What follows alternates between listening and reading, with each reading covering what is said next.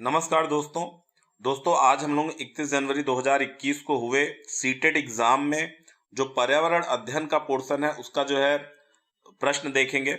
सबसे पहला प्रश्न है कि कौन से राज्य में तुरांग का अर्थ जंगल होता है। तो मित्रों इसका सही जवाब है झारखंड। दोस्तों यहाँ पर एक जनजाति रहती है जिसका नाम है उरांव। हमने एक जनजातियों वाला वीडियो डाला हुआ है, वहां पर हर राज्यों में कौन कौन सी जनजाति पाई जाती है उसे देख सकते हैं। उरांव जनजाति के लोग एक भाषा बोलते हैं, उस भाषा का नाम है कुरुक। कुरुक भाषा, कुरुक बोलते हैं या कुड़ुक। तो उस भाषा में तुरांग का अर्थ क्या होता है मित्रों? जंगल होता है। दोस्तों दिशा संबंधी प्रश्न लगातार आता है। मैंने अपने प्रीवियस ईयर क्वेश्चन के सीरीज में ईवीएस के कई बार ऐसे प्रश्न लगवाए हैं, तो इसे ध्यान से देखिए। आपका घर एक्स पर स्थित है और आपका विद्यालय वाई पर स्थित है। आपका विद्यालय ठीक सामने है, परंतु बीच में व्यस्त राजमार्ग होने के कारण आप सीधे नहीं जा सकते। अतः आप ठीक दक्षिण में 125 मीटर दूर जाते हैं, फिर पूर्व में 100 मीटर दूर जाते हैं, लंबा सुरंग है। फिर उत्तर में 125 दूरी पर वाई पर आप अपने विद्यालय पहुंच जाते हैं। तो इस प्रश्न को दोस्तों कैसे करना है आप इसको स्क्रीनशॉट कर लो, क्योंकि मैं प्रश्न हटा के यहाँ पे जूम करके बताने वाला हूँ इस जगह पे। तो ध्यान से देखिए दोस्तों, इसमें करना कुछ नहीं है। आप एक्स पर थे, ठीक है, क्योंकि आपका घर एक्स पे है और सामने आपके क्या है, स्कूल है जहां पर भी है, लेकिन आप जो है जा नहीं सकते सीधे। तो इसमें सबसे पहले उन्होंने क्या कहा है कि आप दक्षिण जाते हैं, ठीक है, ठीक दक्षिण में। तो इसको करने से पहले मैं आपको बता दूं, जैसे अगर कभी भी आपको इधर जाना है तो इसको बोलते हैं पूर्व, अगर इधर जाना है तो इसको बोलते हैं दक्षिण, ऊपर जाना है तो उत्तर और इधर जाना है तो पश्चिम। और अगर ये उत्तर था ये पूर्व था तो इन दोनों के बीच को क्या बोलेंगे? उत्तर पूर्व। ये दक्षिण है तो इसको क्या बोलेंगे? दक्षिण पूर्व। ये पश्चिम है तो इसको क्या बोलेंगे? दक्षिण पश्चिम। इसको क्या बोलेंगे मित्रों? उत्तर पश्चिम। ठीक है, उत्तर पश्चिम। तो ये ध्यान रखना है हमको। चलिए इस छोटे में मैं दिखाता हूं कि यहां आपका एक्स आपका क्या है, एक्स आपका घर है। सबसे पहले आप 125 मीटर दक्षिण गए, फिर आपने एक 100 मीटर लंबा सुरंग पथ पार किया पूर्व में, तो ये 100 मीटर हो गया, ये 125, ये 100। और इसके बाद क्या होगा दोस्तों? फिर आप जो है उत्तर जाते हैं 125, तो आप वाई अपने विद्यालय पहुंच जाते हैं। और वाई से यक्स बताइए क्या है? तो ठीक पश्चिम है। अगर इस साइड होता तो पूर्व, इस साइड है तो पश्चिम, ऊपर के साइड है तो उत्तर, नीचे के साइड है तो दक्षिण। तो इसका सही उत्तर होगा ए, ठीक पश्चिम। ठीक है, 100 मीटर ठीक पश्चिम। कैसे 100 मीटर? क्योंकि ये जो दूरी थी ये 100 थी ना, तो आप फिर ऊपर पहुंच गए तो इतनी दूरी 100 होगी। 100 मीटर ठीक पश्चिम। अगला प्रश्न है, आज हम हरी मिर्ची के बिना भोजन की कल्पना नहीं कर सकते। इसे किस व्यापारी के द्वारा हमारे देश में लाया गया था, या किस देश से जो है इसे लेकर आया गया था? तो मित्रों हरी मिर्च जो है हमारे देश में दक्षिण अमेरिका से आया है, और इसे जो पुर्तगाली व्यापारी थे वो लोग लेकर भारत में आए थे। अगला प्रश्न है, कोई लड़का नागरकोइल से मड़गांव जाने के लिए 4 जून 2020 को किसी रेलगाड़ी में सवार हुआ। यह रेलगाड़ी 22:30 बजे नागरकोइल से चली। तो ये लोग टाइम देखिए कितना सही लेते हैं कि जिससे दिक्कत हो, वरना आपको मैंने बताया था औसत चाल बराबर होता है दूरी बटे समय। औसत चाल बराबर दूरी बटे समय। तो ये तुरंत, और समय दूरी देखिए आपका गिवन रहता है 1145। बस आपको समय निकालने में ये लोग दिक्कत होगी। और ये रिपीट है, पिछला प्रश्न भी यह प्रश्न भी 4 जून को। तो देखिए भाई यहां लिखते हैं हम लोग 4 जून, और 4 जून को कितने बजे वो निकला है? 22:30 पर। ठीक है, और फिर कहां कब पहुंचा है? 6 जून को पहुंचा है। 6 जून को कितने बजे पहुंचा है? 4:30, मतलब सुबह में पहुंचा है वो। ठीक है, तो आप देखिए, आप यहाँ पे 5 जून तो इनकी गाड़ी पूरी चली है, तो कैसे? 22:30 से कितना बज जाए तो 24 हो जाएगा। 22:30 से कितना बज जाए तो 24 बज जाएगा, अर्थात 00 भी बोलते हैं इसी को रेलवे टाइम में। तो 22:30 को अगर हम आधा घंटा और दे दें तो ये 23 हो जाएगा, मतलब 24 पहुंचने में ये हो गया 1.5 घंटा, 1 घंटा 30 मिनट। ठीक है, अब जो है यहां पूरा का पूरा 24 घंटे, 5 तारीख का पूरा 24 घंटे ना, 5 तारीख में तो पूरा गाड़ी चली है, तो 24 घंटे इसका। अब जब 5 तारीख में ऐसे 00 बजा होगा, फिर वहां से कितने बजे तक, 4.5 घंटे सुबह, तो इसमें कितना जोड़ना है, 4.30। तो आप समय देखो कितने आसानी से निकल गया, 24, 24, 4 28, 1 29 और ये 30 और ये 30, 60 मिनट हुआ, अर्थात 1 घंटा। तो 29 1 30 घंटा, तो कुल कितना घंटा हो गया, 30 घंटा। आपको करना कुछ नहीं है, 1145 जो दूरी है उसी को जो आपका समय आया है उससे क्या करिए, डिवाइड कर दीजिए। तो समय आया है 30। तो एक काम करिए, इसको काटिए और यहां पर पॉइंट लगा दीजिए और 3 से इसको भाग दे दीजिए। 3 का पहाड़ा कितनी बार पढ़ेंगे, 11 आएगा, 3 का पहाड़ा 3 बार पढ़ना पड़ेगा, 3 त्रिक 9 और 2 जो है यहां बचेगा, तो ये बन गया कितना, 24, 3 8 24, ठीक है। और ये 5 है, तो 3 का पहाड़ा 1 पे पढ़ेंगे, तो यहाँ कितना 2 आएगा, 20 बनेगा, 3 छंग 18, 38.16। तो इसका सही जवाब क्या हो जाएगा मित्रों, 38.16, जो कि यहाँ पे ऑप्शन में क्या मिल रहा है, 38.5 किलोमीटर पर आवर। तो यही इसका जो है सही जवाब हो जाएगा मित्रों, डी। ठीक है, ये आप क्वेश्चन का क्रम थोड़ा ABCD देखिए ऐसा हो गया, तो आगे पीछे लग गया है, तो डी इसका सही जवाब होगा। अगला देखिए, नीचे दिया गया कौन सा कथन मधुमक्खियों और छत्तों के विषय में सही नहीं है। छत्ते में बहुत सारी काम करने वाली मक्खियां होती हैं, एकदम सही बात है, तभी तो शहद इकट्ठा होगा। छत्ते में केवल कुछ नर मक्खियां होती हैं, आगे देखिए अभी पढ़ते रहते हैं, पहला तो बिल्कुल सही है। दूसरा देखते हैं, तीसरा सी वाला, प्रत्येक छत्ते में एक रानी मक्खी होती है जो अंडे देती है, सही बात। नर मक्खियों छत्ते के लिए अत्यंत महत्वपूर्ण होती है, नर मक्खियां नहीं, मादा, ये जो रानी मक्खी होती है ये अत्यंत महत्वपूर्ण होती है, ठीक है। तो इसमें आपको ध्यान क्या रखना है भाई, जो ये मक्खियां होती हैं 3 प्रकार की होती है दोस्तों। एक होती है रानी मक्खी, ठीक है, एक रानी मक्खी हो जाती है, और दूसरी होती है एक श्रमिक वर्ग मक्खी जो वर्क करती है, इनको वर्कर बीज बोलते हैं, और जो तीसरी है वो है मेल, नर मक्खी है, ठीक है मित्रों।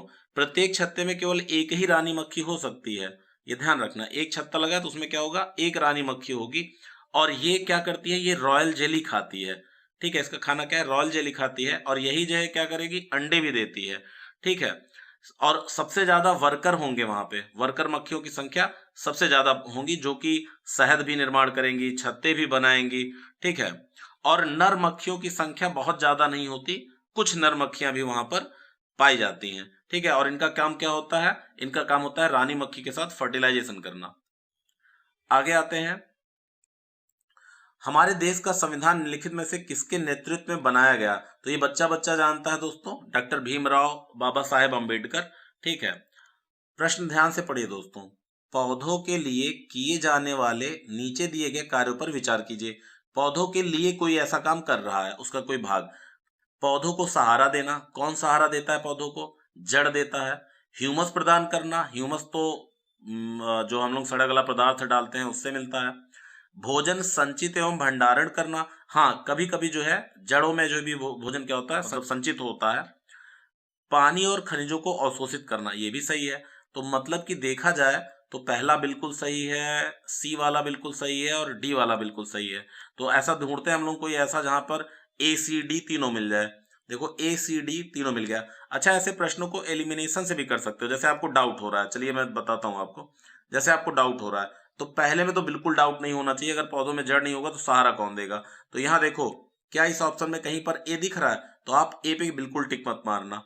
यहां पर ए दिख रहा है, अर्थात देखिए इन्हीं 2 जगहों में ए दिख रहा है, तो अर्थात अपना जो है बी और सी जो है सही होगा। अच्छा, यहाँ अंतर क्या है, इन दोनों जगह, इसमें ACD है और इसमें बी है, तो अर्थात हम लोग देख लेते हैं सी और डी गलत तो नहीं है। भोजन संचित एवं भंडारण करना, तो मित्र हम लोग जानते हैं कई सारे पौधों में जड़ें खाई जाती हैं, वहां पर क्या होता है, भोजन उनका संचित होता है। डी, पानी और खनिजों को अवशोषित करना, तो ये तो कोई भी भाई समझ जाएगा कि जाइलम के द्वारा क्या होता है, जल ले जाया जाता है। जाइलम, जाइलम द्वारा कौन क्या ले जाया जाता है, जल, और कौन लेके जाता है, जड़ों से ही तो शुरू होता है। तो अर्थात सी और डी कंफर्म सही है, बिना इसके काम ही नहीं चलेगा। तो अपना सही ऑप्शन क्या हो जाएगा, बी हो जाएगा। इस टेक्निक को मित्रों एलिमिनेशन टेक्निक कहते हैं। ऐसे भी प्रश्न किया जाता है कि आपको नहीं आता फिर भी आप जवाब दे लेंगे। निम्नलिखित में से कौन सा एक भारत का संघ शासित प्रदेश नहीं है। तो मित्रों मणिपुर राज्य है, ये यूटी नहीं है, जबकि चंडीगढ़ भी है, लद्दाख भी है, जम्मू कश्मीर भी है। लद्दाख और जम्मू कश्मीर अभी हाल ही में राज्य के दर्जे से क्या हुआ, यूटी का दर्जा दिया गया है। निम्नलिखित में से पक्षियों का वह समूह चुनिए जिसका प्रत्येक सदस्य हमारी तुलना में 4 गुनी अधिक दूरी की वस्तुओं को स्पष्ट देखने सकने में योग्य है। कई बार लोग क्या बोलते हैं, गिद्ध हो गए हो क्या, तो यहाँ पर देखिए ऑप्शन क्या है, बाज, चील, गिद्ध। ये लोग ऊपर से ही अपना शिकार देखते हैं और काफी स्पीड से जो है, खास करके बाज आता है और फटाक से उठा के क्या करता है, ऊपर चला जाता है। ठीक है मित्रों। पोचमपल्ली, पोचमपल्ली भारत के दक्षिणी राज्य का एक कस्बा है जो सुंदरता से डिजाइन की गई चमकदार रंगों की पोचमपल्ली साड़ियां और विशेष प्रकार की बुनाई, जिसे पोचमपल्ली भी कहते हैं, के लिए प्रसिद्ध है। अब यह किस राज्य में स्थित है, तो मित्रों यह किस में स्थित है, अब यह तेलंगाना में स्थित है। पोचमपल्ली भारत के दक्षिणी राज्य का एक कस्बा है और यहाँ पर चमकदार रंगों की जो है साड़ी बनाई जाती है, जिसका क्या नाम है, पोचमपल्ली। इसका नाम है, यहाँ के जो ये बुनाई की जाती है इसका नाम है पोचमपल्ली इक्ता, या इक्ता ही दे दे मान लो। ठीक है, और यह तेलंगाना राज्य में स्थित है। निम्नलिखित में से खाद्य पदार्थों के उस समूह को चुनिए जिसमें लौह तत्व प्रचुर मात्रा में होता है। तो दोस्तों इसका सही जवाब होगा आंवला, पालक, गुड़। ठीक है, आंवला, पालक और गुड़, इनमें क्या होता है, लोहा जो है, लौह का जो तत्व का मात्रा बहुत प्रचुर मात्रा में पाया जाता है। और लोहे की कमी से दोस्तों एक बीमारी होती है जिसको क्या बोलते हैं, एनीमिया बोलते हैं। निम्न में से किसने मटर के पौधों के साथ प्रयोग किए और यह पाया कि मटर के पौधों में कुछ ऐसे लक्षण होते हैं जो जोड़ियों में पाए जाते हैं, जैसे चिकने और खुरदरे, लंबे और बौने, पीले या हरे। ऐसे ही मित्रों कुल 7 लक्षण जो है ग्रेगोर जॉर्ज मेंडल ने पी के पौधों में बनाया था।